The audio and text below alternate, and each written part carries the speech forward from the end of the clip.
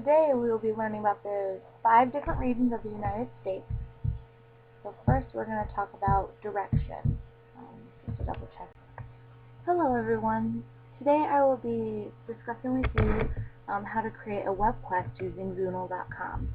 I'm not sure if all you guys know what a web quest is, but it's pretty much an online interactive activity for students to do online.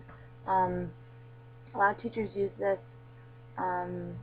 just to engage students in technology, and the web quest is great because it goes step by step exactly what the child has to do. So they're given instructions how to do it, and they go to a website or they have to go read something from an article or something like that, and at the end they have an ultimate goal of why they're collecting this information or what they're learning.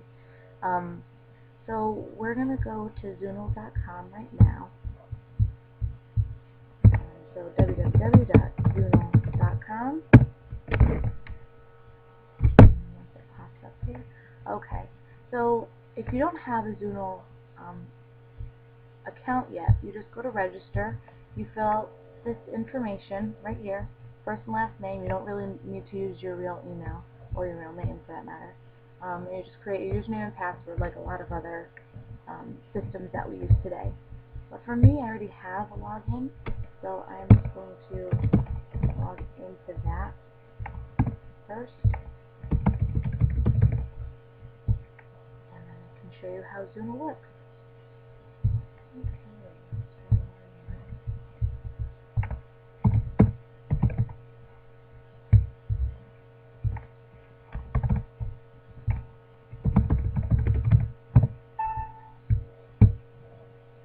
There we go. Okay. So those of you who don't have a web quest yet, you would go to create web quest. Unfortunately, it shows that mine's blocked off because this website only allows you to create one web quest unless you pay for a extended membership with them. So I'm just going to go back to my dashboard, which brings you back to the options of my profile and stuff like this. So I already have my web quest, so I'm just going to click here, and this is a way that you can update it. So either you can delete the web quest or you can start on your web quest again. So I'm just going to delete it and start all over. And show you how to build a web quest.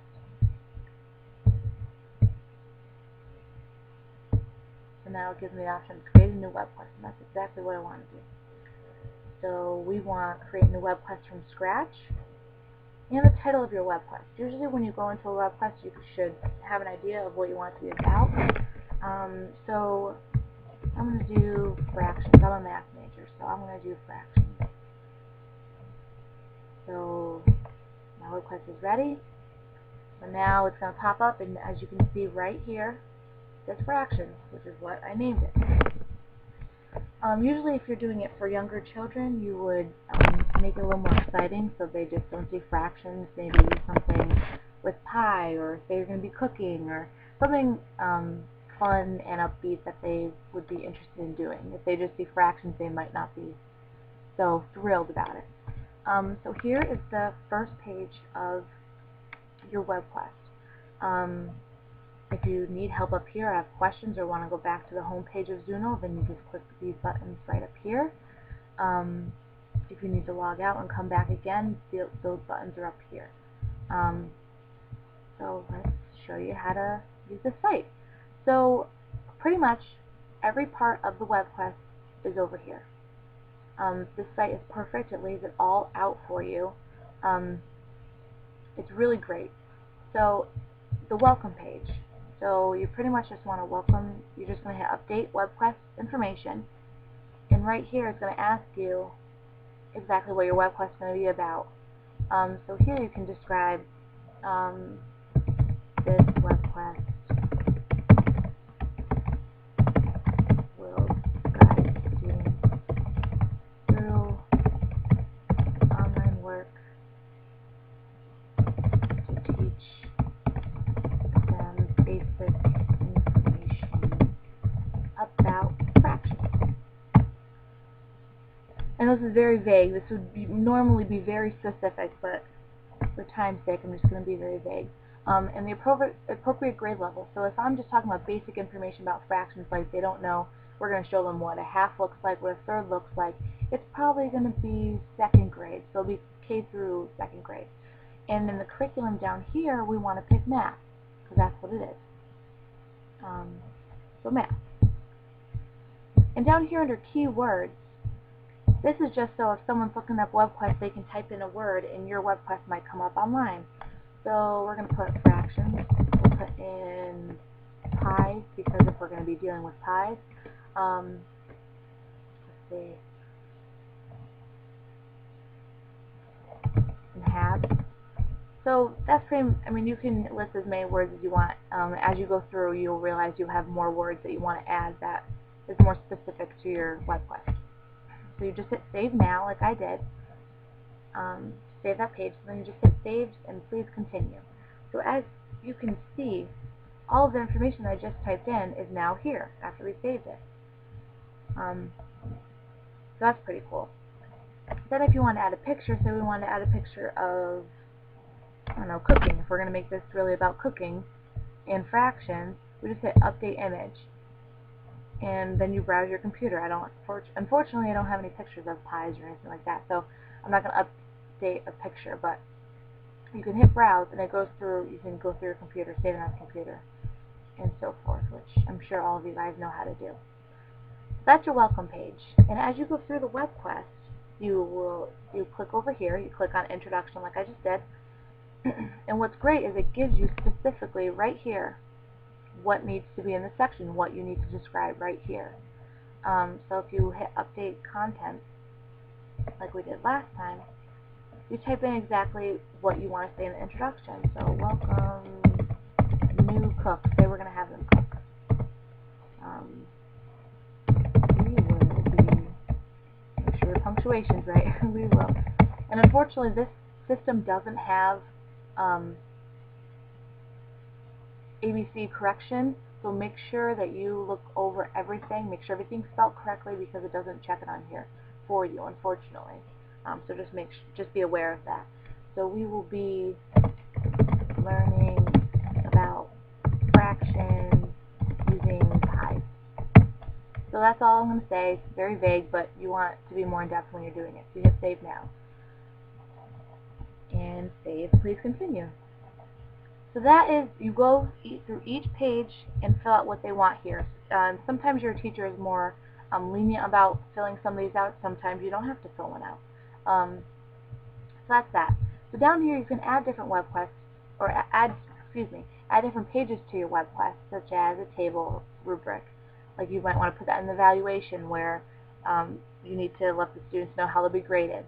And then you guys must want to know how to change this awful background. There are different ways to change it. Under control panel, you're going to hit settings. And here is where you can change everything. You could change the language, which I think majority of us speak English, so we're not going to change the language. But to change, you see that the blue background that we had over here? We can change it to something more fun, or all of them are kind of out there. But say we want to do flowers, yay.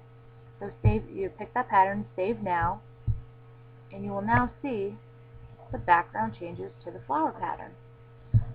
And then you can also change this green here, the colors of these tabs. You can change that color. Right now it's called yellow-green. So say we wanted to do turquoise. See, it gives you a look right here of what it changes to. So now it's blue, so it matches the background. So that's pretty fun. So now, say you are all set with your WebQuest. You are going to come down here to the control panel, and you're going to publish it.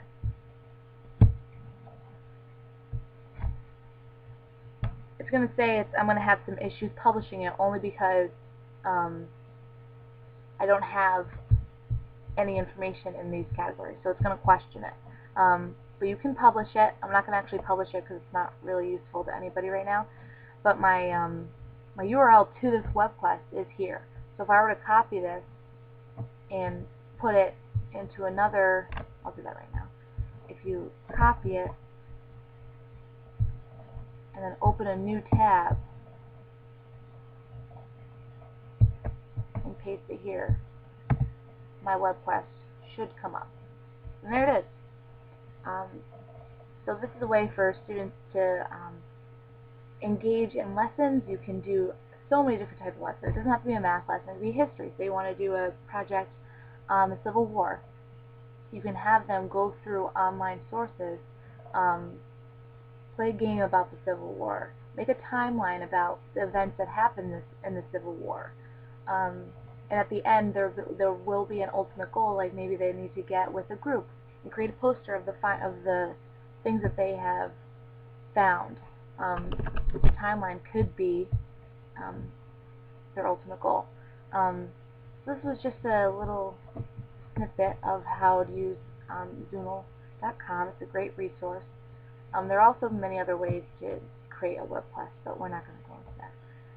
So I hope you will use Zoomle in the future. It's a great resource to create a web quest. And thank you for your time.